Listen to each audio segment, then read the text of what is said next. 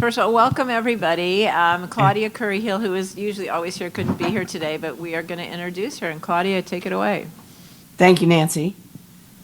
Welcome and good morning to our Race to Arrest MS forum.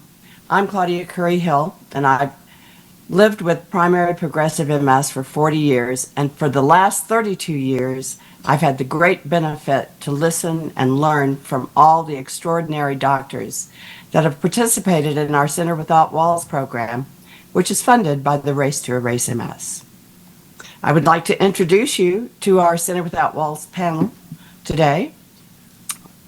Dr. Lillian Amascua from USC, Dr. Peter Calabrese from University of Vermont, Dr. David Hafler from Yale, Dr. Adam Kaplan from Minerve Pharmaceuticals, Dr. Michael Kornberg from Johns Hopkins, Dr. Nancy Sykott from Cedars-Sinai, Dr. Daiki Takawaki from Harvard, Dr. Rhonda Voskuil from UCLA, Dr. Emmanuel Wabant from UCSF, Dr. Lindsay Wallace-Croft from OHSU. And our MS panelists today are Nancy Davis, founder of our Race to Erase MS, and Mark Barondis, an MS advocate, and so much more.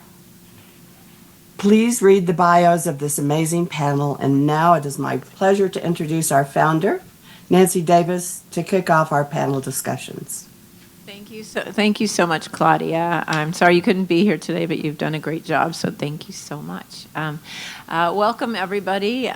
We are having a very exciting weekend of research where all these esteemed doctors have come together to really, talk about the fabulous research that's happening in MS and come up with new ideas. And we think it's so important to have this sort of team effort of people coming to work and exchange their ideas, because everybody sees different things and feels different things about what's going on in MS. And I'm so incredibly proud and grateful to have this incredible group here. They're the best of the best. They've been the best of the best for at least 30-something years, and so grateful to have each and every one of them. I have MS. I was diagnosed some 33 years ago. I think actually it's almost 34 years. And at the time, there was no known cause, no cure, no drugs on the market. And more than anything, there was very little hope that there would ever be anything. I thought MS was such an impossible disease. And I was a young mom. I had 3 kids, and I was basically told to go home and go to bed, and that I would never be able to walk or pretty much do anything in my life, and my independence was now gone. And I was obviously quite devastated. I wanted to keep living my life, and I didn't know how MS came into my world because nobody in my family had ever had MS. I'd gone to one MS event in my life, and it seemed pretty devastating. So I went from center to center, talked to many of these brilliant doctors, and found along the way that there's so many doctors kind of working in a vacuum and not really communicating or dealing with each other. And I felt, wow, if we have this terrible disease, and if we could just get the best and the brightest to work together, not ever spend the same amount of money, time, and energy over and over again on research studies, we're going to get somewhere a lot quicker. So this group came, and there's been some add-ons along the way, and they are beyond brilliant. They've discovered so many things.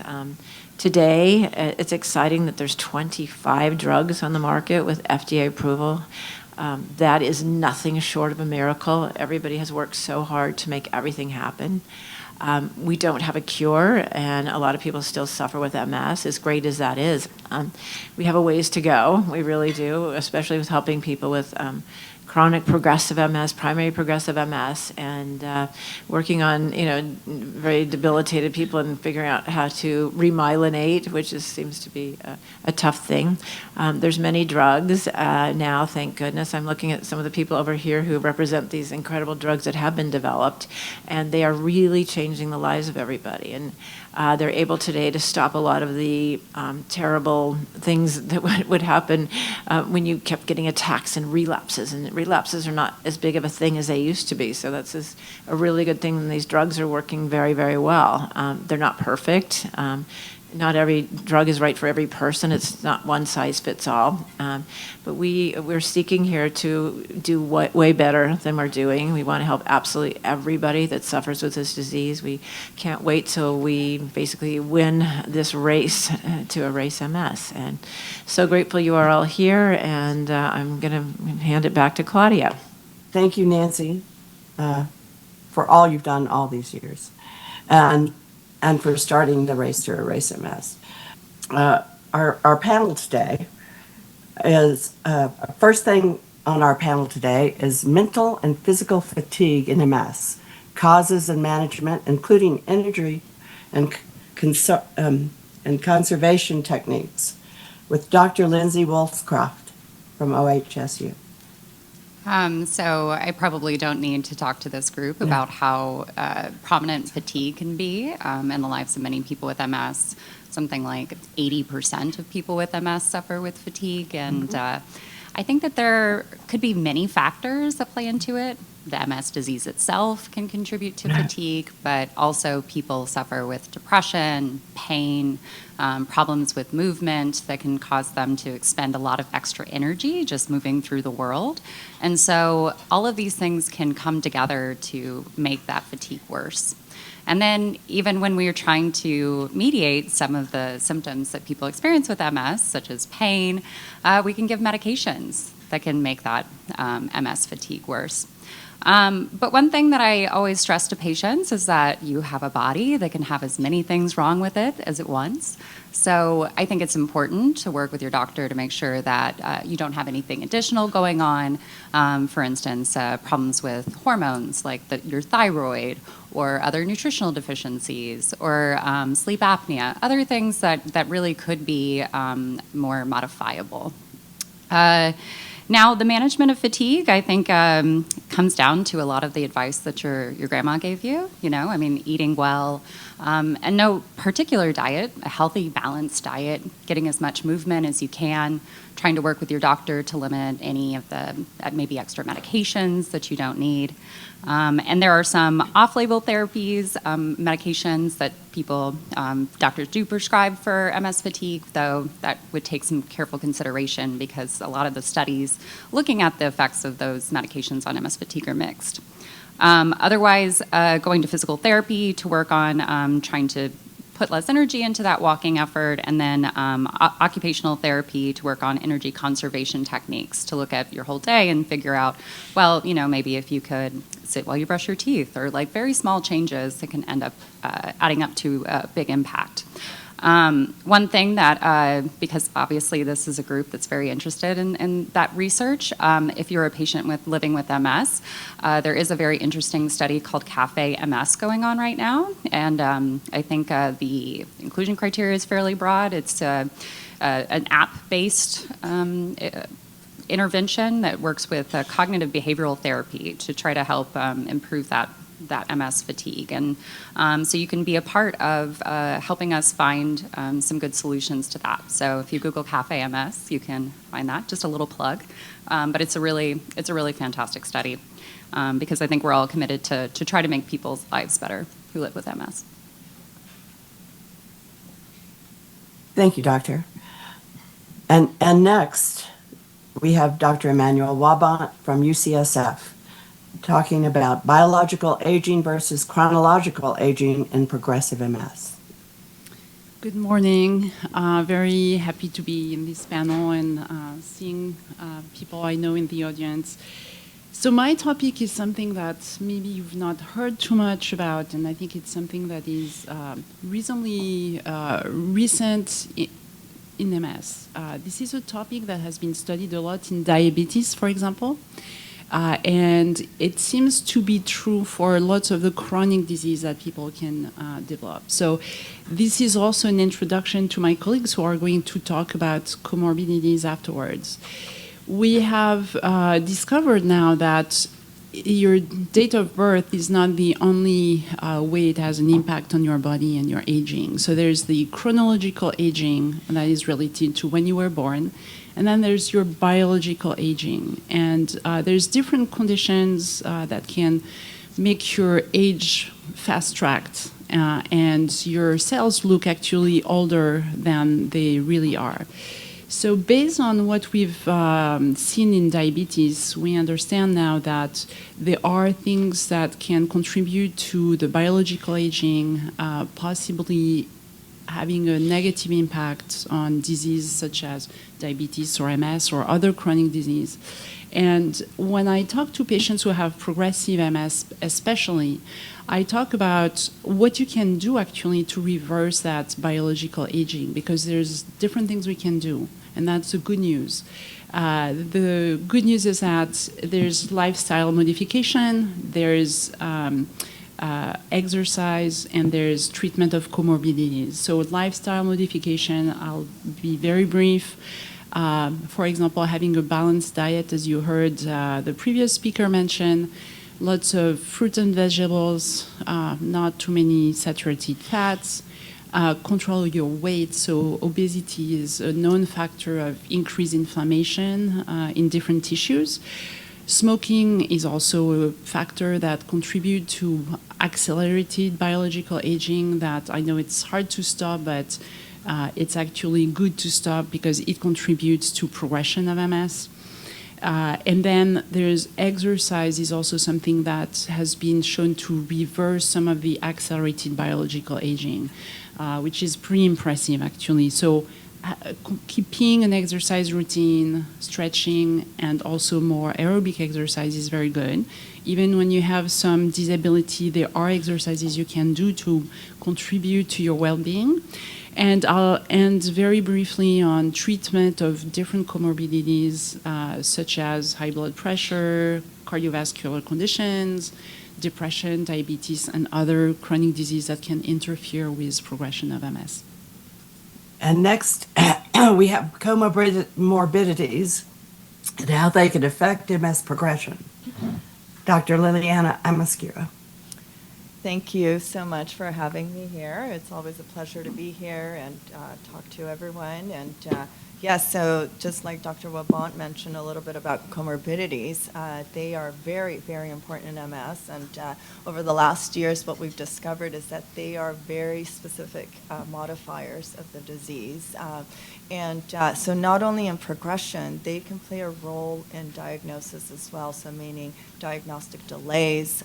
So we've seen delays up to 10 years with pre-existing comorbidities.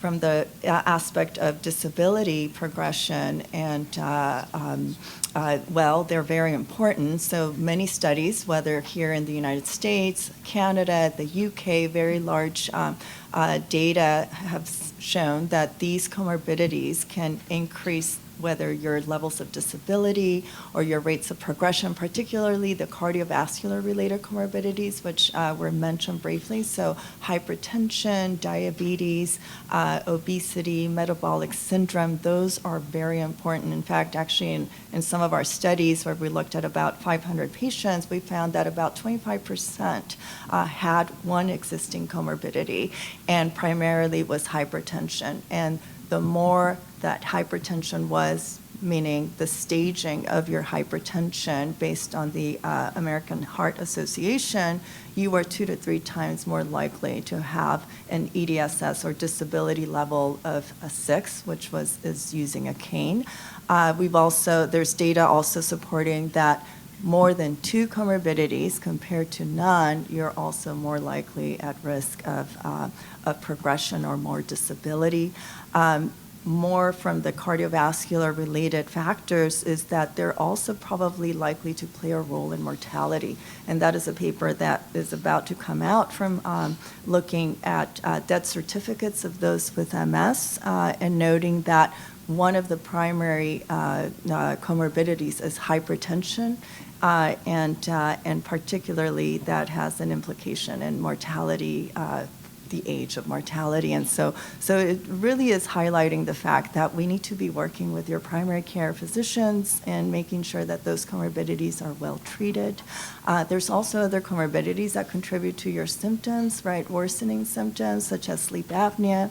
And so that's why we highlight that to be an important comorbidity to modify. And of course, we're probably going to hear about mental health and how that plays a role in your MS. We've heard a little bit about smoking. And so in a nutshell, the comorbidities are very important to be taken care of. They tend to be also underdiagnosed in our MS patients. We've also looked at the fact, the consistent, high blood pressure being present, but yet not being treated. And so from our standpoint, we probably need to advocate more to make sure that those comorbidities are being treated, and because they have the capacity to be modified and delay progression in MS. Thank you, Dr. Amascua. Next, we have mental health and comorbidities and how they can affect MS. Dr. Adam Kaplan. Great. Thanks so much, Claudia. And thanks, Nancy, for including me. This is a topic that often... Adam, closer. Hello? That often doesn't get thrown into the mix, although it's wonderful to hear my colleagues mentioning it. I don't think of it as a comorbidity. I think of it as a morbidity. So when there's inflammation in the brain, turns out depression is a final common pathway. We see this with Alzheimer's, we see this with Parkinson's disease, we see this with MS. MS is the Michael Phelps, it's the gold medal winner because it has the most inflammation associated with it going on in the brain. 50% of people following the diagnosis of MS will have a clinical depression. 25% at any given time, that's 1 in 4 people, that's 5 times the general rate of 5% in the general population. It is important, it's the #1 correlate of quality of life for people with MS. It has a bigger impact than pain or whether or not you can walk and other things. And it also has mortality associated with it. So 30% of people have thoughts of wanting to end their life, which is one of the symptoms, this hopelessness that comes with depression. 10% of people with MS will make an attempt. And so untreated, it can have truly profound impacts. Turns out that MS causes depression. Depression worsens the MS. And in fact, depression, it turns out to be a risk factor for getting autoimmune diseases. This is a whole different conversation, but you're twice as likely to get MS, twice as likely to get lupus, twice as likely to get rheumatoid arthritis if you have untreated depression. In those studies, those people who got treated did not have an increase in their risk of getting these autoimmune diseases. So it has this very complicated two-way bidirectional effect. I think that I just wanted to close by mentioning that the first thing you do when you have somebody who is depressed is you provide education. This is not a personal weakness. It's not, gee, you'd be depressed too, or you just can't suck it up. It's because it's periods of immune activation when the inflammation's going on. That's when people are the most depressed. That's when people have the thoughts of calling it quits and all of the symptoms that go along with the depression. So education is important. This is just like other symptoms associated with MS. People don't tend to say, well, gee, you'd be cognitively impaired if you had MS. Just because of the stress, it's because the brain is involved, and people get that, but less so. So the do's and don'ts: do exercise. Exercise is always the right answer for how do you help this symptom. Even with fatigue, exercise turns out to be effective, and for cognitive impairment and the like. Eat right, make sure your sleep is good. Don't self-medicate. Self-medicating with alcohol feels good when you're drunk, makes the depression worse.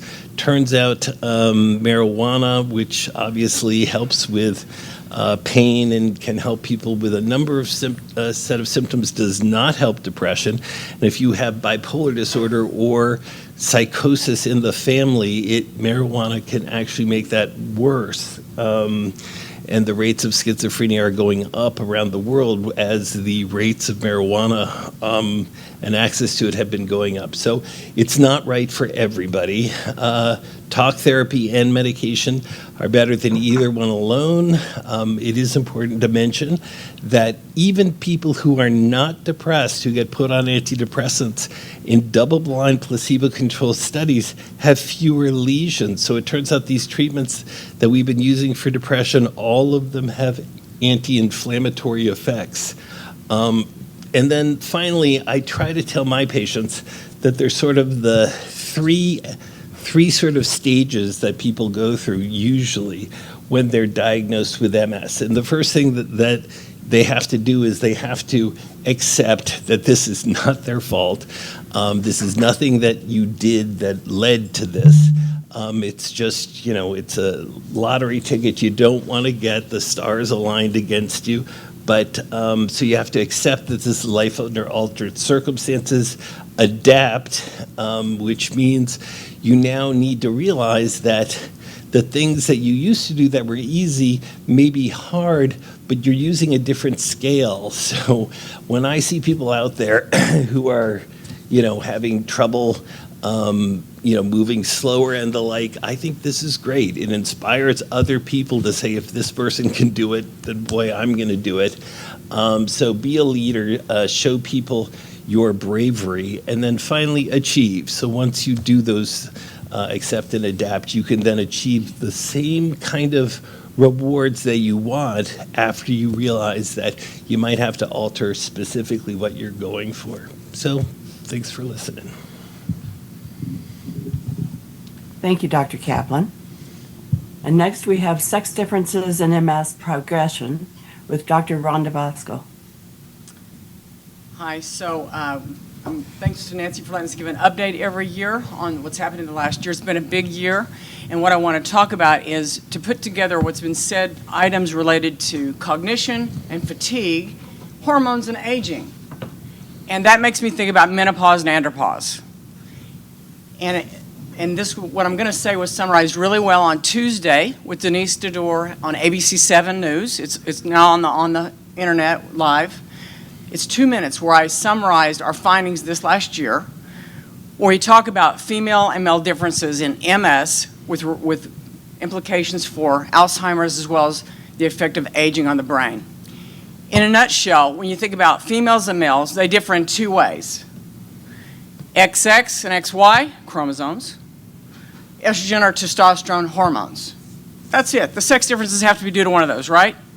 Okay, so we had a paper in October in Science Translational Medicine. It was 500 outlets across the world, The Independent, et cetera, showing that we've identified an X chromosome gene that's expressed in the brain, the inflammatory cell of the brain, and you get a dose effect whereby females have 2, males have 1. This is probably one of the reasons that women are more likely to get MS, Alzheimer's, and perhaps cognitive issues of aging, which I'm going to hit next. Now, when you see this sex difference in chromosomes, the idea is it's balanced by a sex difference in hormones. So evolutionarily, we've developed with XX and estrogen, or XY and testosterone. These are balanced over evolution to reach a really nice balance. Actually, estrogens, in contrast to that X chromosome that was bad, estrogens are protective, anti-inflammatory and neuroprotective. So you've usually got XX that's bad, estrogen's in balance. What happens during menopause? Women lose that protective estrogen, and now their disabilities get worse. And so what we've done to translate these observations in sex differences, we've come up with a treatment that's a different HRT. It targets neuroprotection in the brain of women with menopause. These things, not to leave men out, the same thing can be done for the balance between XY and testosterone. The details will be different, but that can be done. That's it. Thank you, Dr. Bosco. And next we have Dr. Michael Kornberg from Johns Hopkins on role of the innate immune system in MS. Well, hi everyone. This is my first time serving on the panel, and I'm very happy to be here and be included. So I was asked to talk about the innate immune system, which I know is a very jargony term, and so I'll try to explain first why we care about it, and then second, what it is. So why we care about it is because we think it is particularly important in progressive MS. So you may know this very well already, but there's really two ways that people develop new worsening symptoms, worse disability in MS. And one is through relapses, which are these episodes of inflammation in the brain where the immune system, the immune cells from the blood cross over into the brain and create an area of injury. And that inflammation will last for several weeks and then resolve. As Nancy mentioned, we have had tremendous success at treating relapsing MS over the last 30 years. It's been one of the probably the areas in neurology where we've had the most success. For many people, later on in their disease or from the very beginning, they will experience this slow worsening of disability that happens even without these episodes of inflammation. That is kind of the next frontier. We really don't have any treatments that slow that process. And so for me and many other people sitting up here and elsewhere, that's kind of one of the big goals in terms of developing new treatments for MS. How do we slow progression? And the reason we haven't been successful is because the biology of relapsing MS and the biology of progressive MS are different. And one of those differences, we think, is the innate immune system. And I think the easiest way to think about it is that when someone has a relapse and they have this lesion that forms in their brain and the inflammation resolves, for some people that inflammation resolves really well and there's a very nice repair process that happens, and that's why some people do great after a relapse.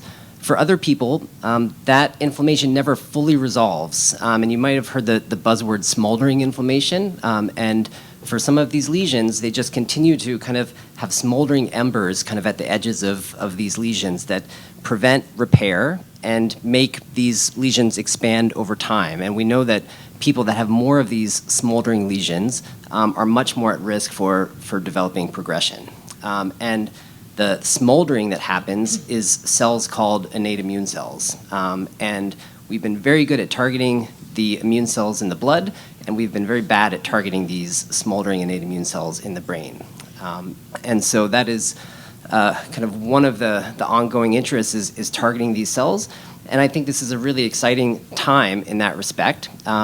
We know a lot more about how these cells work than we did even 10 years ago. We just had a really exciting symposium on the topic yesterday here. Likely within the next few months, maybe even this month, we're expecting a new medication to be approved that targets these innate immune cells and has shown promise in progressive MS, which even if it is not a home run for people with progressive MS, is really proof of concept that we're on the right track and kind of the first, breaking the glass to show that that we really can tackle progressive MS and have treatments to slow this process within the next few years. So thank you very much. Thank you, Doctor. And next we have Dr. Daiki Takawaki speaking on gut microbiome and its impact on MS.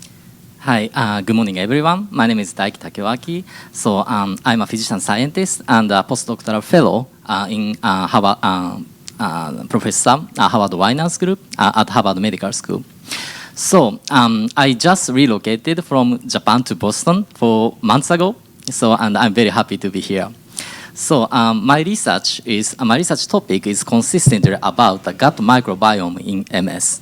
So the reason why I'm so interested in the gut microbiome in MS lies in the epidemiological evidence that the number of MS patients in Japan is originally very, very small, but within these 40 years, the number of MS patients was dramatically increased, so 20-fold, compared with the 40 years ago. So given that the genetic risk factors have not changed within this period, so we have to find the reason in the environmental factors. So among various environmental risk factors, so including the lower exposure to sunlight, so the EB virus infection, high salt intake, cigarette smoking cannot explain the rapid increase of patients. So westernization of the lifestyle and dysregulated gut microbiome is one of the leading causes that can explain this situation. So that's why I'm so interested in the gut microbiome research. So in our research, so first we compare the composition and function of the gut microbiome between RRMS patients and progressive MS patients. And we found that in RRMS groups, so the reduction of the short-chain fatty acid, a representative immunoregulatory metabolite derived from gut, was characteristic. And in progressive MS, the increase of oxidative stress and the enhanced bacterial DNA damage repair process is enhanced. That is a characteristic of the progressive MS. So these findings suggested active involvement of the gut microbiome in the pathogenesis of progressive MS. But by just conducting this human sample-based research, we cannot reveal the causal relationship between gut dysbiosis and MS progression. So we conducted another research. So first we compared the composition of gut microbiome between RRMS and progressive MS, and we found a single species, Tizarella nexilis. So the increase of Tizarella nexilis was also observed in other regions or countries in UK, US, Argentina. And also, the abundance of this species in the gut was positively associated with EDC score and brain atrophy of MS patients. So we particularly focused on this species and isolated these bacteria from the fecal sample of MS patients and transferred them into the mouse model of MS. And we confirmed that bacterial transfer of Tizarella nexilis into the mouse model exacerbated the phenotype of the mouse. So based on this finding, we consider that Tizarella nexilis is one of the important therapeutic targets. So in Boston, not here, in Boston, so I'm now focused on another bacteria which is selectively increasing the progressive MS.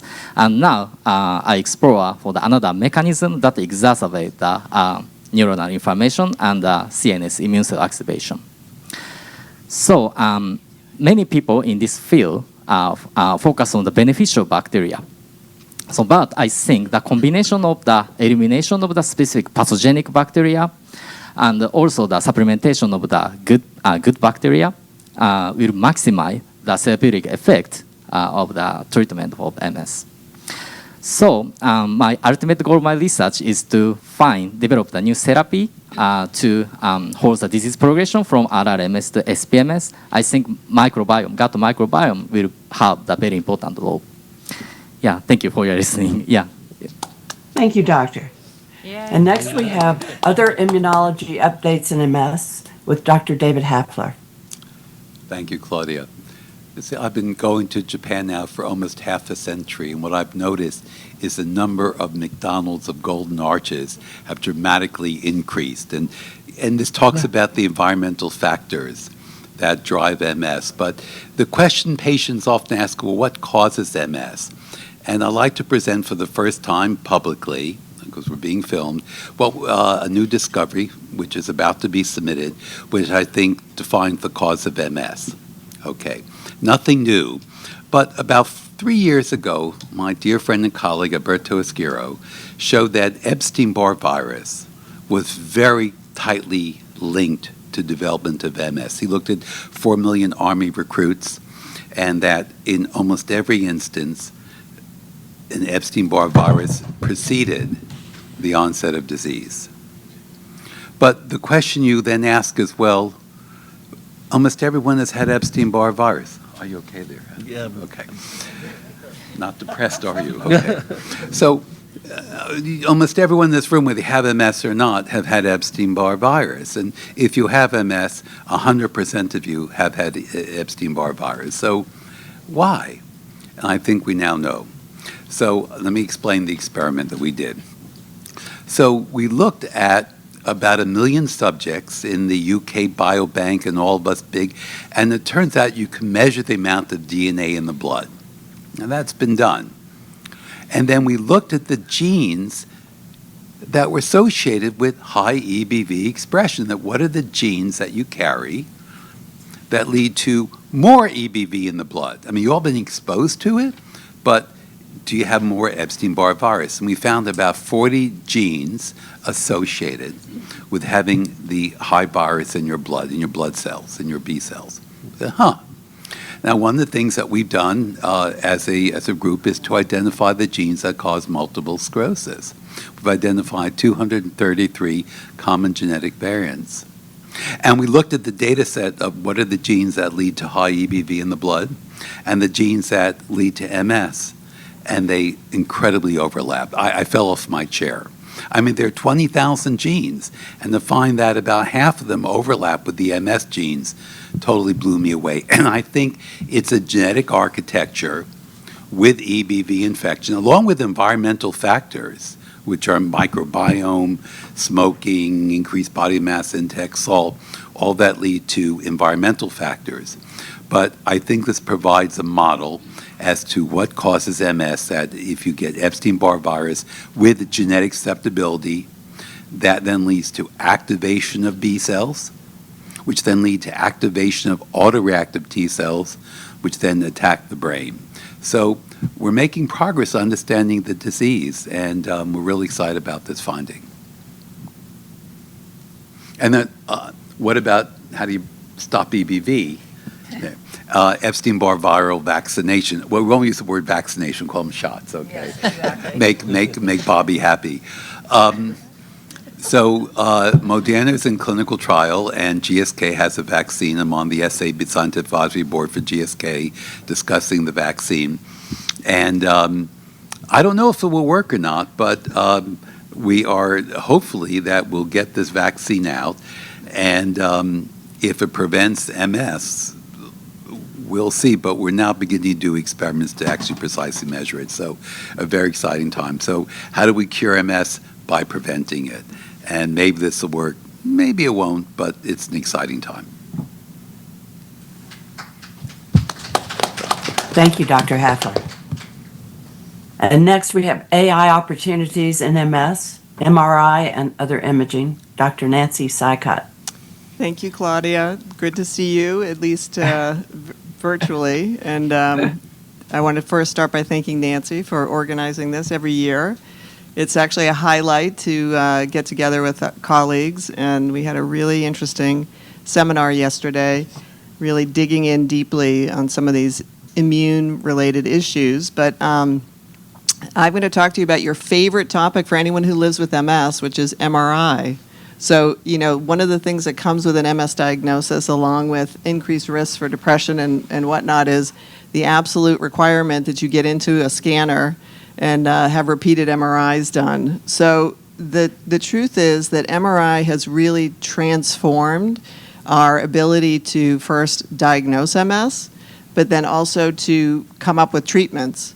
And the first generation of therapies that are so successful were based in part on their ability to change MRI outcomes. And these were the gadolinium-enhancing lesions that were associated with relapses. So with the advent of medications, then it became much more important for people to be diagnosed and to be diagnosed early, because we saw over time that people who were treated from the very beginning had the best outcomes. So we went into a period where, the MRIs were very important, but they sometimes could be misdiagnosed. Patients could be misdiagnosed based on their MRIs and some of their nonspecific symptoms. So we were in this period of time where we could make a diagnosis very early, but sometimes we were wrong. And in fact, some of the work that was done in our clinic showed that about 20% of the patients who came to us for a second opinion regarding their diagnosis of MS did not have MS. And that was very important because there are medicines that, they work for MS, but if you don't have it, it's expensive and potentially has side effects. In addition, there are other conditions that might look like MS that have different treatments. So this was a bit of a call to arms, and I want to just say that the work that we did was started through the Race to Erase MS with pilot studies to develop new MRI biomarkers that could allow us to very accurately diagnose and differentiate those lesions that we see in MS from those that are caused by demyelination, i.e. MS, versus other things. And one of them is called the central vein sign. That is now part of the new diagnostic formulation. I did not say criteria. Thank you. That people use around the world to make a diagnosis of MS. So I just want to highlight the fact that the people who've contributed to the race and Nancy's work has led to changing the diagnostic criteria for MS and allowing for a more specific diagnosis, which is incredible. So where does AI come into all this? Well, it turns out these new techniques require the radiologist to do a little extra work. And radiologists don't like to do extra work because time is money. So it turns out that these kind of scans lend themselves beautifully to automatic interpretations using AI. So that's one of the ways that AI is going to change how you get diagnosed. The other thing that's very important, I think, AI can identify changes in the scans that the human eye wouldn't necessarily be able to pick up. And we're very excited about using this to try and better understand progression, for example, in MS.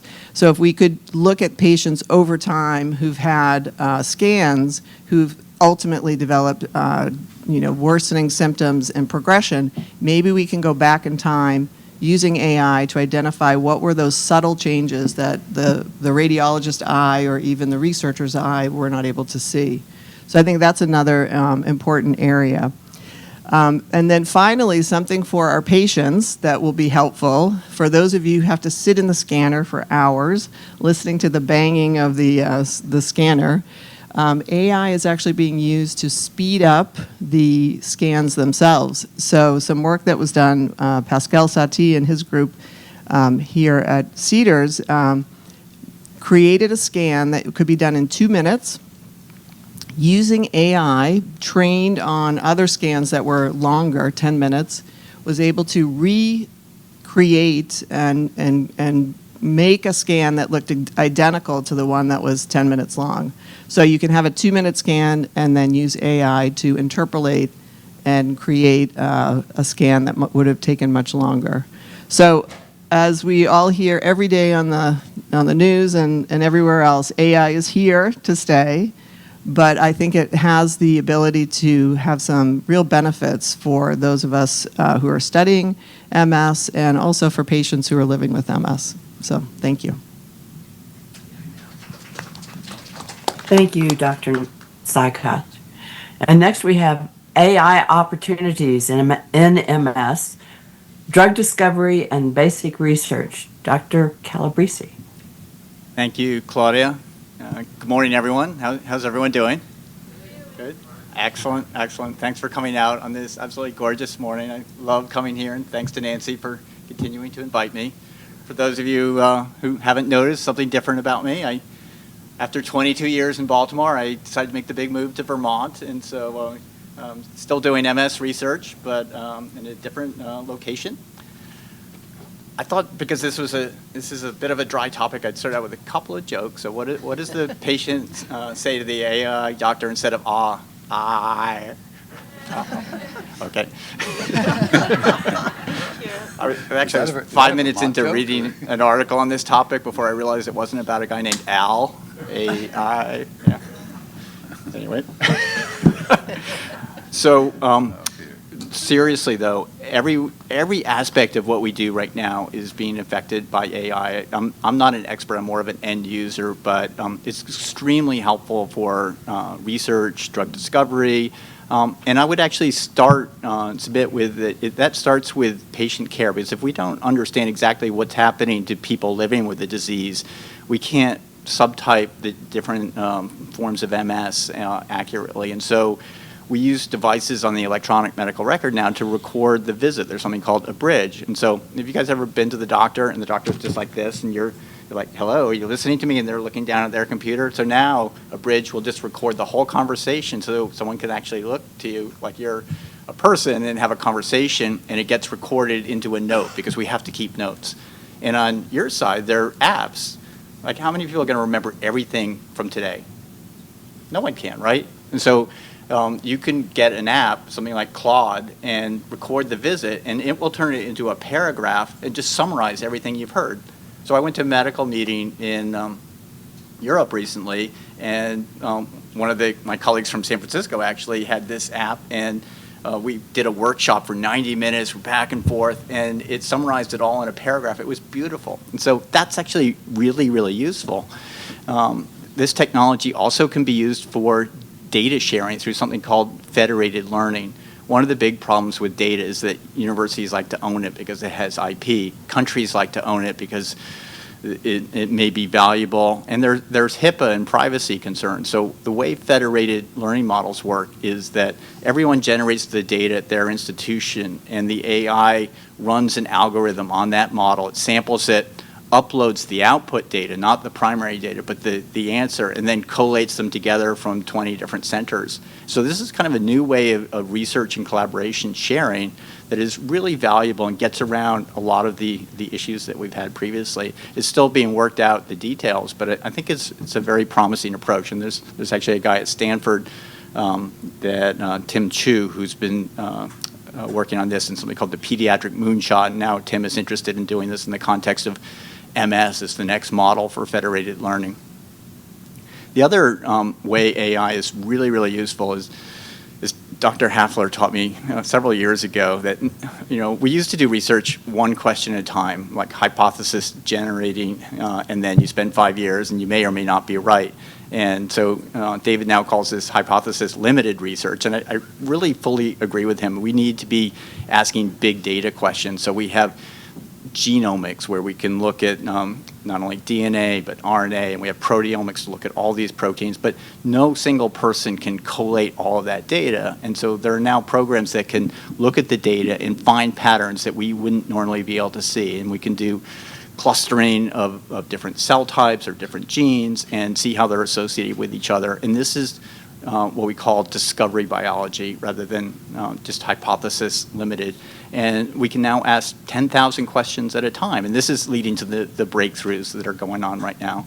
And then finally, with respect to drug discovery, one of the challenges is a medicinal chemist has to make a drug, and you try it, and again, it's sort of incremental, one at a time, and you might find out 5 years into the program that there's a side effect because it's causing damage to the heart, cardiotoxicity. Now, a lot of this can be done in what's called in silico modeling. So they can predict based on a side chain of a molecule that, those compounds we need to just avoid even working with because it's likely that they're going to have liver or heart damage. And so we can just focus on the ones that are likely to be the most promising. And that's really going to expedite and is expediting drug discovery. So it's an incredibly exciting time.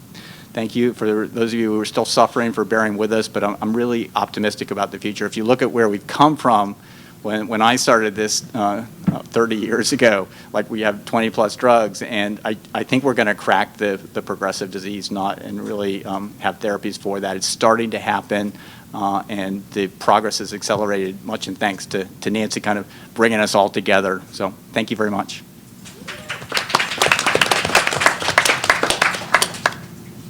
Thank you, Dr. Calabresi. So next we have Mark Barandus, an advocate, speaking on advocacy in MS.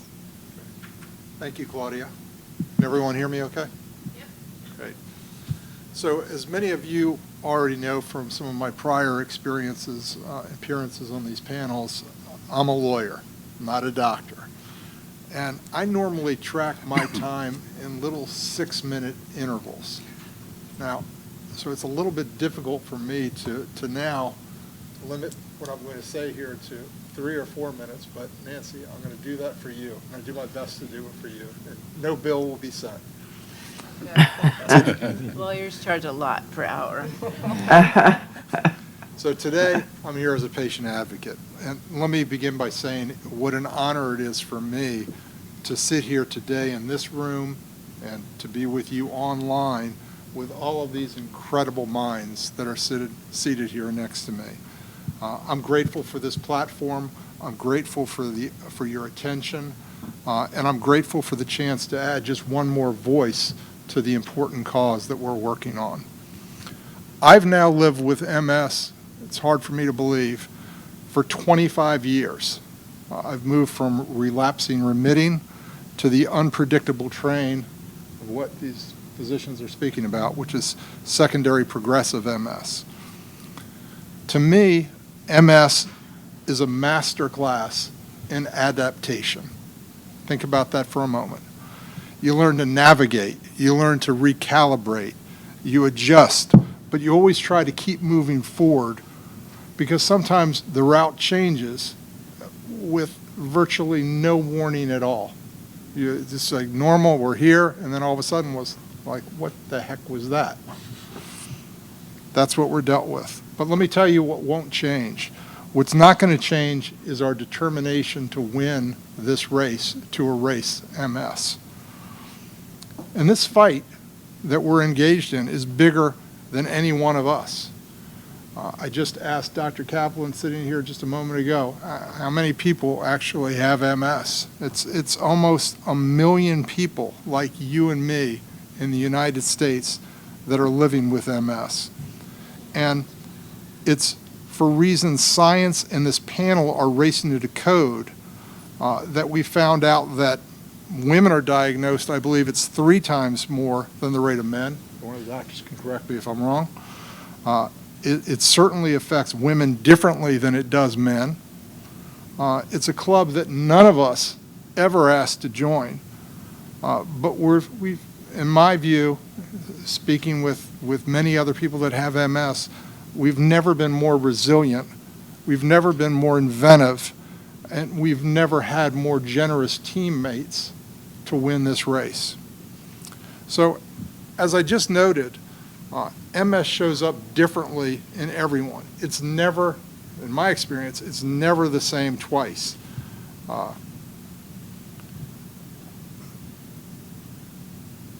One thing that I'd like to point out is that our fight is critically important and is made possible by the people that hold us up. And who am I referring to? I'm referring to the caregivers. I'm referring to the spouses. I'm referring to the partners. I'm referring to children, friends, other relationships you may have that keep our calendars and keep our courage, the people that make our hard days even more workable. Critically important. Your strength, and I'm speaking to the caregivers both here in the room today with smiles on their face, as well as the people online.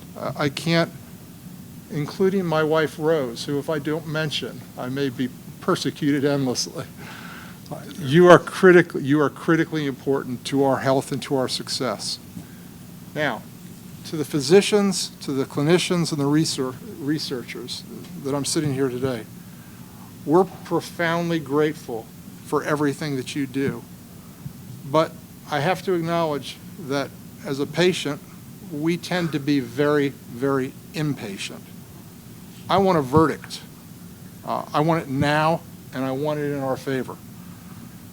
I understand the magnitude of your mission. You're working on the human brain, an organ so complex that it makes something like tax law seem like a coloring book. As a lawyer, I mostly argue about things that have already happened. You guys are building what comes next. And to do that, you need resources to do that faster. That's why funding matters. This is not going to be a political speech. MS doesn't check your voter registration. It doesn't care if you're red, blue, purple, tie-dye. Doesn't matter. It's a collective human challenge that we have, and the solution must be built together. Now, clearly, government and NIH, they have an essential function to assist in this mission.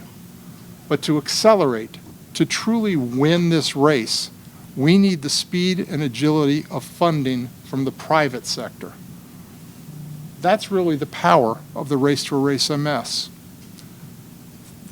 Many years ago, Nancy had a simple, radical idea. Collaboration beats isolation. The Center Without Walls is not a traditional research model. Instead of separate labs guarding data like trade secrets, it brings top scientists like all of you together to the same table to collaborate openly. It replaces data hoarding with data sharing. It trades solitary prestige for shared credit and shared wins. It directs flexible private funding to bold, high-impact risks, the kind that turn theories into therapies faster.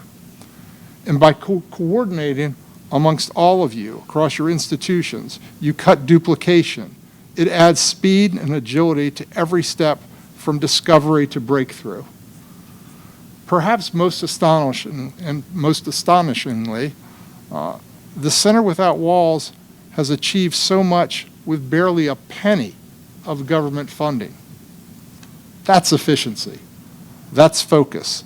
That's what urgency looks like in action.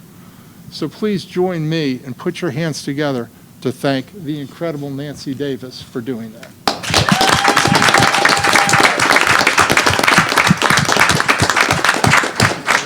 So, listening to so many of our panelists and researchers and physicians speak at dinner last night, I was struck by the staggering complexity of the tasks at hand and the tremendous scientific advances already made. When I was first diagnosed with MS, there were only, I think, 3 treatments. And now I believe there's, approximately 28? That's amazing.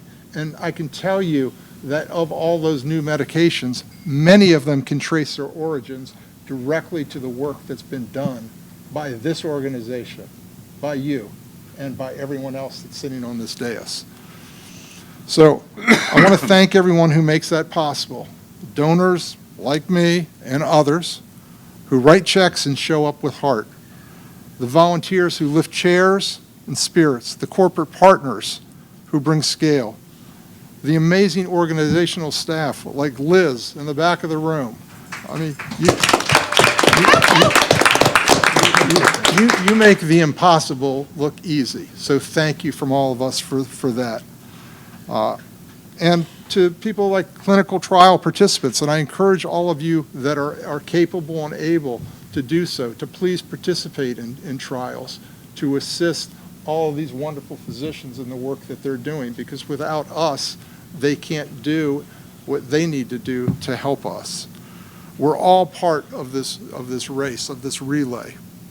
Finally, to my fellow patients, the finish line is visible. Science is no longer a distant promise. It's tangible, it's testable, and it's moving. And we've come too far, we've come too fast to tap on the brakes. So let's do what great teams do when they're in the final sprint. Let's all run together. Let's fund the brilliance that will turn our diagnosis hopefully into a footnote in medical history. Let's honor our caregivers, let's honor our scientists, let's honor our advocates and dreamers by giving them the resources that we need to cross the finish line. Thank you all. Thank you so much, Mark. I appreciate it. And next, we have a lightning round to answer collected questions, and Dr. Wabant is going to head that up. Okay, so we have collected questions in the audience, and if you have more questions written on the paper, you're welcome to have them brought to us. And we ask the patients, participants online, to also ask questions in the chat so we can address your questions. The first question I have is for Dr. Hafler. If Dr. Weiner was there, usually he answers that question, so I'll pass it to you. How soon will there be a cure for MS? I'm 55. Will it happen in my lifetime? Well, so Howard, who was my mentor, I trained with Howard, wrote a book, Curing MS. So what would Howard say? Well, I'll say what I would say. What does one mean by the word cure? That's the first thing. So it's a complex genetic disease, and so the word cure, I think, so I'll be very radical here. MS begins as an autoimmune disease. So I want to reject the word relapsing, remitting, and chronic progressive and rename the disease. It starts with autoimmune and then moves to a neurodegenerative disease. We know that the neurodegenerative disease in MS looks like other neurodegenerative diseases like macular degeneration, Alzheimer's, Parkinson's. It's sort of a common process. So I'll be bold here and say we have cured relapsing autoimmune MS, 98% effective in stopping exacerbations, the inflammatory events, and we kind of know how it works. It's an incredible achievement. What we've not done yet is to stop the secondary neurodegenerative aspect of the disease. So we've had the success in the early part, and now we're focusing our attention on one, either preventing the disease from the beginning, and every trial has shown that the earlier you start treatment, the better the outcome.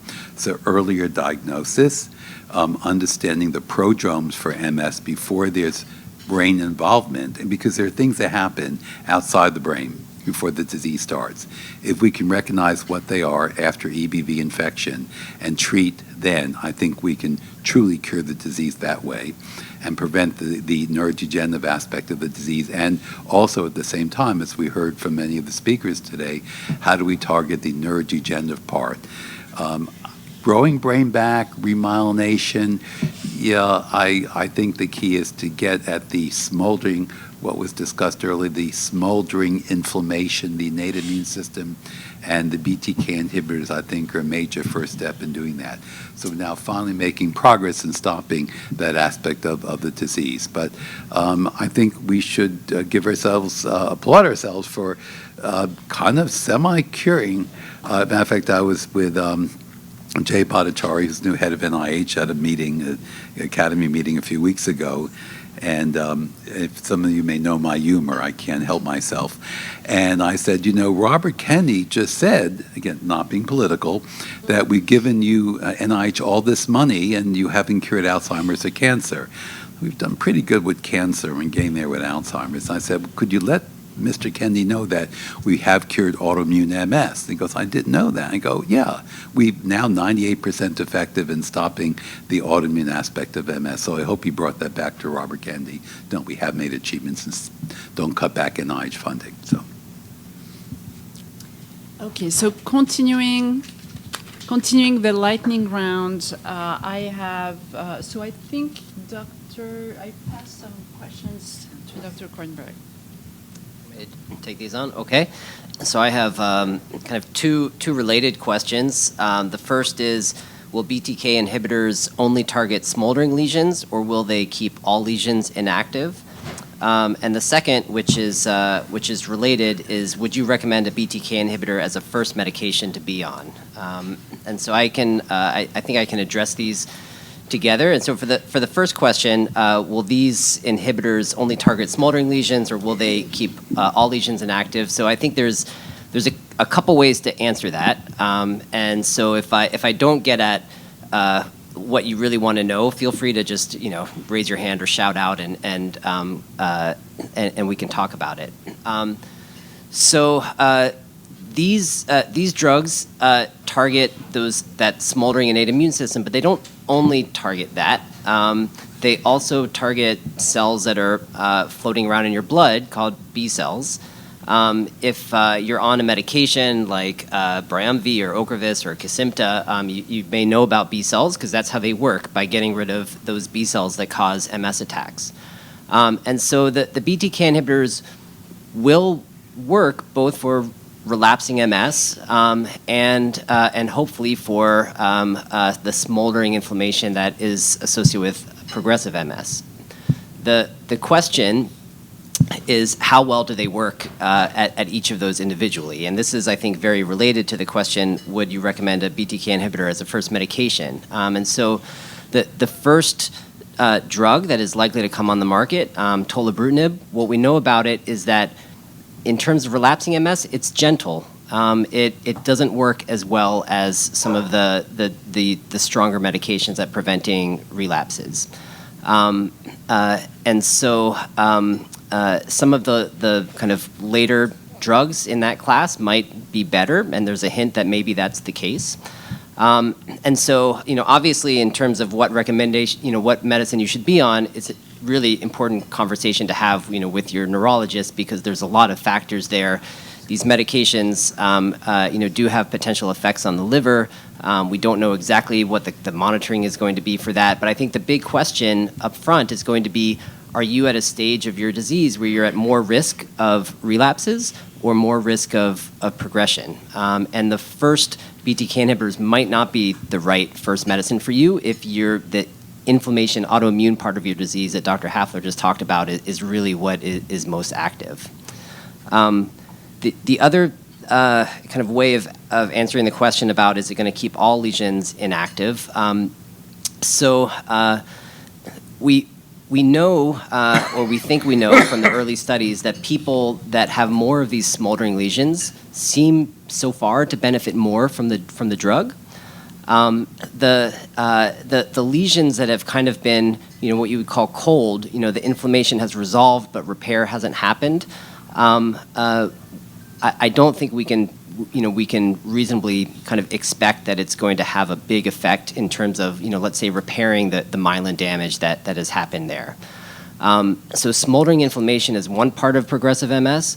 There are certainly going to be other parts, and I think one of those is that in addition to helping nerve cells transmit their signals, that myelin also provides nutrients and other things that just keep those nerve cells healthy over time. And just from missing that myelin coating for years and years, that is part of progression. And the BTK inhibitors I don't think are going to be addressing that. That's another kind of big topic in progressive MS that many people are interested in solving. Thank you. So, Dr. Voskuil, you have a question? Yeah, the question is, what's the new HRT? It can be taken by perimenopausal women, and is it available? So the new HRT, there's a lot going on about the FDA removing the black box warning from the old HRTs, the old estradiols of the 1990s, where women got breast cancer because it binds strongly to estrogen receptor alpha in the breast. And that's been the scare. They've now removed the black box warning, I think, a few weeks ago, and it's a little bit controversial. I think it was overblown, but the thing is now we still, the biology hasn't changed. That's still a concern. The idea is with the new HRT that I'm talking about that was invented at UCLA is it binds weakly to the estrogen receptor in the breast and binds instead to a receptor in the brain. So you've got this window where you can protect the brain without putting the breast at such risk. Why is that important? Because the current HRTs from the old 1990s that had a black box warning had to be taken at the lowest dose possible for the shortest duration possible because people are worried about getting breast cancer after all these years. So that's the way we got around that. And with respect to perimenopause, that's when they have the hot flashes, and that's when they have a lot of fatigue, they have poor sleep, and their cognition is affected in healthy women and even worse in women with menopause, with MS. So these things are very bad.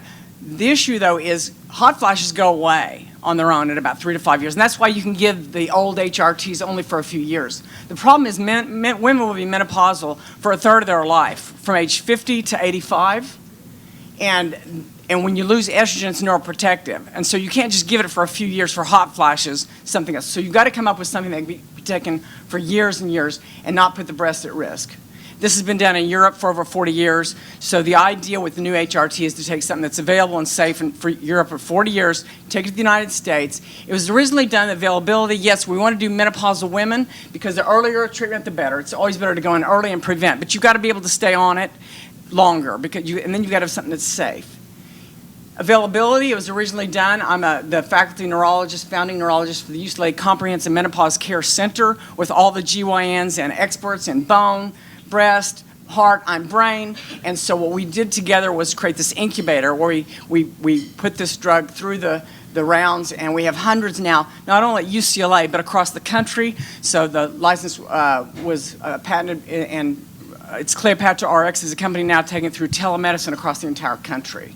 And so it's exciting to have a new HRT Plus that can protect the brain, not put the breast at as much risk, and now it's available not only at UCLA, but across the country. And perimenopause, definitely yes. Early is better, but you got to be able to stay on it.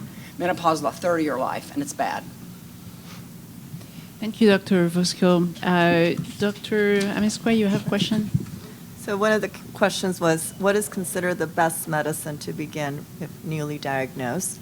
Well, every patient is different, but it was mentioned earlier, getting started on treatment is really important and is going to be based on what category, what phenotype you are at that moment. There's a lot of data, of course, supporting high efficacy treatment in relapse remitting MS, and then certainly different categories for primary progressive is definitely more limited, but we're very hopeful with the BTKs. Just mentioned earlier too, the sooner you get started, the more likely we're able to modify that, phases of MS and the journey. It's done primarily by limiting and getting rid of the inflammation, right? Preventing those relapses, preventing new lesions, and whether we add a different treatment later in life or as the new ones are coming out, that will be the question very soon and answer very soon.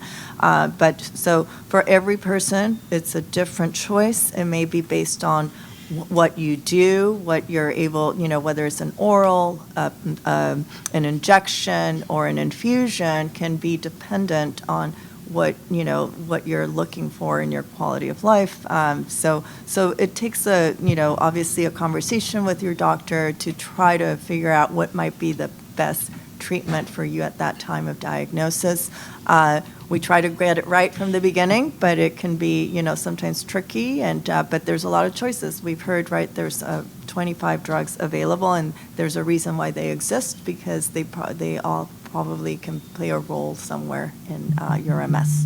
And I'll stop there. And if there's specific questions, we can talk later. Thank you. Thank you, Dr. Ms. Wells. So, Dr. Sykot, you have Okay, questions? and I'm going to I have a couple here, but I'm going to abide by what Peter reminded me, that this is supposed to be a lightning round. Yes. 30 seconds. We're not being very lightning. So, question for me is, do you know the ETA for the new MRIs will be coming out? And the answer is, they're available now.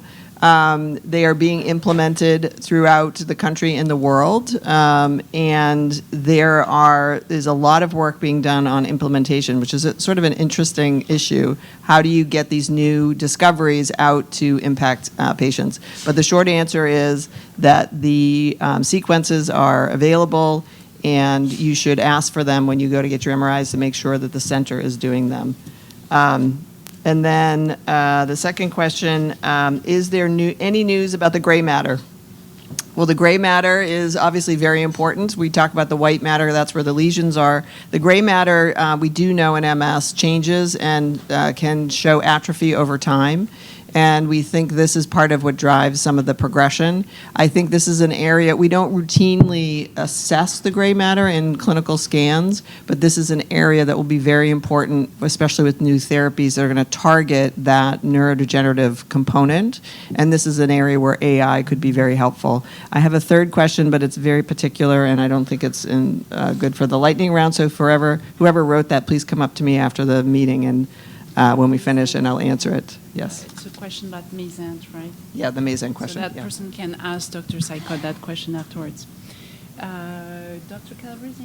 Hi, yeah, I have a question about treatment discontinuation, which comes up all the time. This person's in their 50s, no relapses in the last few years, no MRI activity, and what's the consensus about treatment discontinuation? So this is a conversation with your provider. Some people can come off therapy, especially as they get older, but we know that some people will reactivate. We have data from a trial called DISCO MS, where they discontinued Copaxone in some of the patients and continued in others. The patients who discontinued the Copaxone had 12% risk of disease activity a year later, whereas the ones who stayed on the Copaxone had 5%. So you can look at that data two ways. You can say there's a 7% better outcome, and some people think that it's not worth the risk. Other people think that's a very minimal gain for doing shots of Copaxone all the time. If you do decide to go off therapy, I would recommend monitoring for reactivation. Some people will reactivate, so we do that by MRI, and we now have a blood test, serum neurofilament. So if you have a baseline, several samples that show your neurofilament, which is a sign of damage, is in the normal range on treatment, and then it starts to climb up over the next 3 or 6 months as you come off therapy, that could be an early warning indicator suggesting that your disease is starting to reactivate and maybe you should be back on therapy. Thank you, Dr. Calabresi. So, Dr. Willis-Croft, what can be done about legs shaky, feeling shaky when standing, when being irritated, or after exertion? So this is also a really common symptom and can be really tough for me to give very focused advice without being able to actually see the person. But I think that there's a lot of things that can go into having those shaky legs. I mean, one that comes to mind is really making sure that you have conditioned yourself, because I mean, I think as soon as you get an MS relapse and then that causes weakness, it's a spiral, right? Like it gets harder and harder to move your body, and then it gets harder. Those muscles, they'll atrophy just like anything else. We also know that with MS damage, especially in the spinal cord, you can get what we call spasticity, which can make those muscles be very tight, and oftentimes, especially when they're stretching, it can cause them to be shaky. And so I think it's a conversation with your doctor. There are medications that we can provide that can help reduce some of that spasticity and that shaking. I think that just a purposeful physical movement can be helpful, and if it isn't something that you can do weight bearing anymore, working in a pool or some other kind of environment where you can both control your temperature, which can really be an aggravating factor for a lot of symptoms, and move safely is really important. But I think, again, it's probably a bunch of different little factors that are all coming together to cause that problem. Thank you. So, continuing the lightning round, I'll take that question. What is the average age of diagnosis? I think I'll have the shorter question of answer of all. So, about 35. For relapsing MS, a little older for patients with primary progressive. Question for Dr. Voskuil. Any new drug that can make MS less worse on men? Oh, that's a good question. Yes, so there's been studies at both Harvard and UCSF showing that when men tend to have lower testosterone levels when they have MS as compared to when they don't have MS. And of the men with MS, those that have lower levels compared to normal tend to do worse over the next 2 years in some disability measures that are measured over the next 2 years. So, yeah, there's evidence from that. We did a lot of the basic science discerning how does the testosterone work in the MS model, and androgen receptors, estrogen receptors, how does it work? Is it's anti-inflammatory? Not so much, but it is neuroprotective. We also did a trial in men, just a handful of patients, 12 patients at UCLA with testosterone treatment. We showed there was an effect eventually after 12 not that long, 12 months is a lot, for this gray matter atrophy specifically. We had slowed gray matter atrophy in men with MS after 1 year of treatment with testosterone. And so, yes, the idea is to, andropause. I actually believe that is why they say men do worse than women do in their disability progression. But those studies are including people that are 18 to 50, and the average age is 42. We did a study in Berlin with that group. And so that's when men are losing testosterone. Andropause starts at age 30 to 70. It's very slow to andropause. Menopause is fast. It's 50 and then you drop off the cliff, right, for women. So I'm just saying, when you're about 40s, men are starting to lose testosterone. Women aren't. They're still protected by their estrogen, right? But then what happens, men do worse, but those are men that are compared to women that still have estrogen at ages 40s. But what happens after 50? The women do really bad after menopause, and now they're both equal and they're both bad when they're 60 and 70. That's the way it goes. So the point is, they're both good. Testosterone's good for men, estrogen's good for women. We shouldn't let them drop. They have different temporal kinetics, making men worse for those periods from 30 to 50, but then women do bad after 50. We shouldn't let either one of them drop if we have a safe way to replace them. Thank you. So I'm going to take some online questions now. One, I think Dr. Calabresi can answer. Can AI be harnessed to make clinical trials run faster? Yes, I think so. I think if we mine who might benefit from a drug the most, so if a drug is designed for smoldering MS, and we have ways of looking at the MRIs to find the pearls or the lesions that have a degenerative phenotype, we might enrich for people who would benefit from that drug. And so I think that's just one example. Plus, I talked already about kind of in silico designer drugs, and if we have better drugs, the trials and the answers will come faster. So yes. So the next question is, any hope of axon regeneration? I have progressed into a wheelchair, and that is why I need to walk again. I've read about NerveGen NVG-291, but they are focused on spinal cord injury patients and are years away from MS patients. Yeah, sure. So this is a tough problem and understudied. As you heard, there's been a lot of success in inflammation, but the neurodegeneration and the mechanisms by which the axons are lost it's been harder to treat.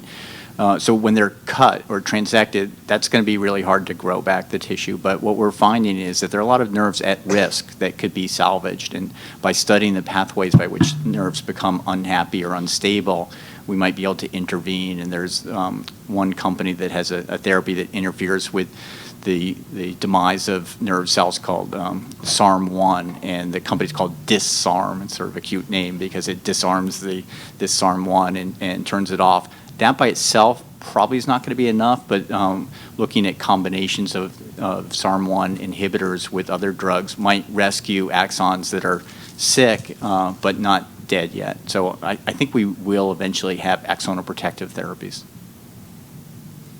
Thank you. The next question, I heard recently that if someone goes from Tysabri to Briumvi, then back to Tysabri, patients build antibodies to Tysabri and the Tysabri no longer protect them. Is this true? The answer is no.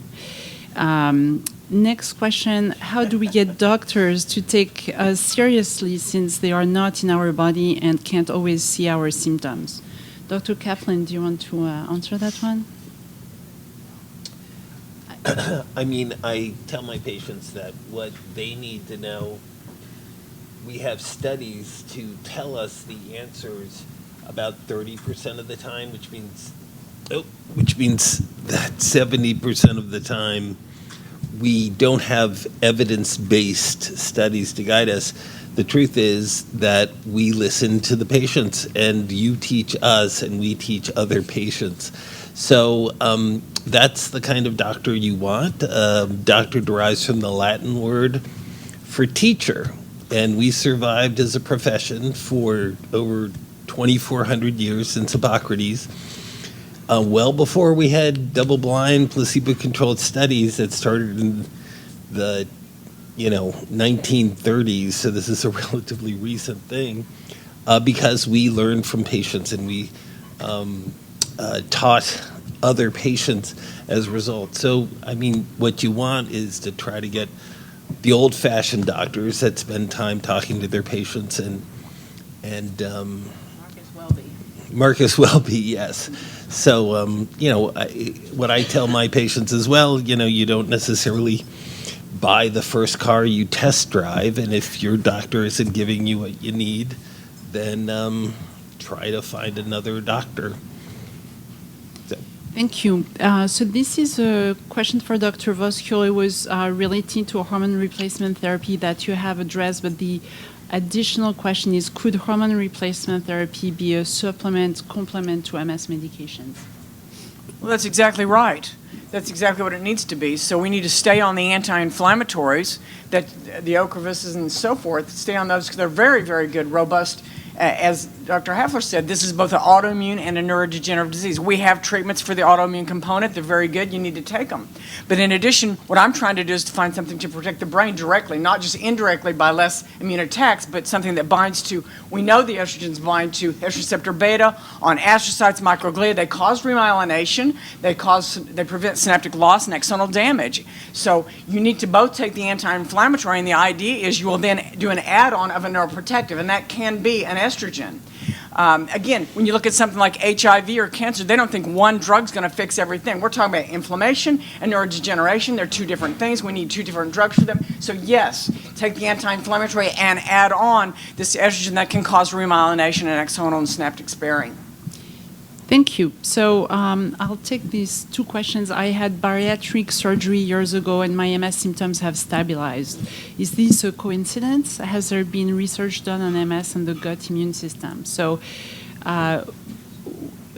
bariatric surgery obviously has two direct positive impact. The first one is weight loss, which is going to help mobility, but also we think decrease having a lower weight is going to slow down MS progression. It's going to change also the metabolic syndrome, so decrease the risk of type 2 diabetes in aging adults. Then there's probably a question that can go to my colleague who spoke about microbiome. Has there been research done on MS and the gut immune system? I think that you address that, but do you want to give like one sentence on that because we're trying to do lightning round? I'm so sorry. Can you? Yeah, so I think maybe it was related to the bariatric surgery. So I would say maybe what's the impact of maybe bariatric surgery on the microbiome? So yeah. Yeah, thank you for the question. So probably the gut microbiome is affected by various factors, including the metabolic syndrome or some various diseases. And very interestingly, so there is a common pattern of the dysbiosis of the gut microbiome shared by many diseases. So I think that it's very difficult to answer, but that can be affected to that kind of issue. And then, Maybe make a comment on that, which I think that lightning round. very short. What we now know is that T cells going to the brain are coming from the gut. Okay, another gonna question make about it better. obesity. So obesity is a cause of MS. So I would not say is a cause of MS. It contributes to developing MS. So it's probably just adding to a separate number of factors. Would losing weight get rid of the cells that cause inflammation and help slow down progression? So I don't think it would get rid of the cells who create inflammation, but it would tame them down, so they would not create inflammation anymore. So we think it may help slow down progression. Take that question. For newly diagnosed relapse and remitting MS, Mavenclad? Yeah. Well, that's more like a personal opinion. So usually, so Mavenclad is one of our treatments for MS. It's taken for about 2 weeks the first year, and then the second year you take it for 2 weeks again. And so commonly, some people have used it in individuals that just don't want to take anything. For my personal view, again, it's in a newly diagnosed, there might be some reasons to take it. I kind of usually go to other treatments before that. Actually, when it was approved, it was more considered if you were failing another treatment, and that's been the case here in the United States. I think in Australia, they use it a lot more as first line. And so I think the most important thing about Mavenclad is just knowing the side effects, the potential side effects and risk factors. And I think it comes down to a personal choice and evaluating the data between you and your doctor. Thank you. So the next question is double vision and MS. Would strabismus surgery help, or would an MS relapse cause double vision again shortly after? Could surgery itself cause relapse too? Who wants to take that one? Son who's an ophthalmologist. No, I don't think surgery will help, but you can use prisms in the glasses to help with the double vision associated. But I think the strabismus, so it's not clear from the question if the strabismus is kind of unrelated to MS. If it's unrelated, then sure, then surgery can so help. if it's unrelated, Yeah, surgery will help, but otherwise not. And surgery does not cause relapses. So, another question is, will GLP-1 treatment also help treatment of MS? So this is one of the next frontier in MS, and I can ask Dr. Calabrese to answer the question. So my colleague, Dr. Ellen Mowry at Johns Hopkins, is just got funding to do a clinical trial with a GLP-1 receptor agonist, and so we'll hopefully know more about that. The field is moving very rapidly. As you know, there are many drugs. There's now a pill that looks promising. The companies that make these drugs have been a little reticent to have them tested in neurologic disease because there's a big cardiovascular market, and if something bad happens neurologically, they don't really want to see that. So what they're doing is developing neurospecific drugs, and they're actually thinking about developing drugs to get into the brain better, because these drugs act not only by causing people to lose weight, but they have central effects. They reduce cravings, which I think is really interesting. They may have applications in addiction. So more to follow on that. We're definitely going to be testing these. And as we're discussing before, inflammation of the fat may be important, getting rid of adipose tissue. Yeah, certainly just losing weight is beneficial. Yeah. Another question is, when do B cell come back? When do B cell come back after B cell drug discontinuation, and how do we keep ourselves safe during cold and flu season? So the B cells come back after B cell treatment about 6 to 12 months after discontinuing.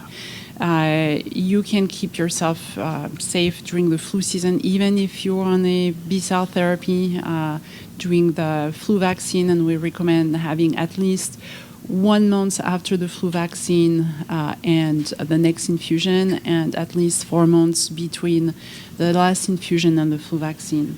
Same thing for COVID vaccine. It was not part of the question. Okay, so what can you tell us about gene and having MS and medication choices, especially B-cell drug not working for us? So I think it's been asked a different way, but it's always this MTHFR gene, and so if the person online can specify what it is, we're not sure what you're referring to. And I think we have answered all the questions otherwise, and just quickly taking a look here. There was another question about BTK inhibitor tolebrutinib, someone who was diagnosed at age 52, in addition having type 1 diabetes since age 6. I'm aware that tolebrutinib does not rejuvenate the myelin, but I'm wondering if tolebrutinib could possibly have any effect on my type 1 diabetes, and if I can truly improve my disability. Yes. So I like how the questions have gotten kind of progressively harder as we've gone along. So can it improve disability? Have a positive effect on the diabetes? Yeah. So again, we have to be careful kind of making definitive statements without knowing kind of all the details about, what is going on with your health. I think it's fair to say if you have type 1 diabetes and you're in your 50s, the immune process that gave you type 1 diabetes has probably run its course. And I'm not an expert on type 1 diabetes, but that is an autoimmune attack that happens young in life that kills off the cells that are required for making insulin in your pancreas, and so then you kind of live with the lifelong consequences of needing insulin after that. There's a lot of interest in understanding the overlap between autoimmunity and type 1 diabetes. And also MS. I think I remember seeing Dr. Hafler's slide yesterday that some work was funded by the Type 1 Diabetes Foundation that's looking for overlap. But I'm not adhering to the lightning round rules, and so I'll simply say that no. I wish I could tell you that the BTK inhibitors are going to help with your Type 1 diabetes, but we don't have any reason to think so. Thank you. So we have a clarification about the MTHFR gene, which I thought this was that, but I was not sure. So it's the methylene tetrahydrofolate reductase, the enzyme that helps the body to process folate. And so so the question was, can you tell us about that gene and having MS and medication choices, especially B-cell drug? So I think, and my colleague can chime in here, I think that if you have a mutation in that gene, I don't think it's associated with the risk of MS, and I do not think it's associated with any issue with any of the MS drugs. That's correct. It's a story that's been around for 20 plus years, and there are many different variants. Some of them are very severe and cause your homocysteine levels to be high, but in MS, it's not known to have any definite role. Yeah. I think this was the last question of the lightning round. So, Claudia and Nancy, I'll let you conclude our session today. Are we good, Claudia? Yes, we are. Thank you. Okay. Thank you, Dr. Waba. Thank you, absolutely, everybody on this panel, everybody that's here today. It's really exciting to see what is happening with MS. As you can see, everybody here is brilliant and is working diligently, and we want to do everything humanly possible to get us to that finish line and win the race to erase MS. So thank you so much for being here.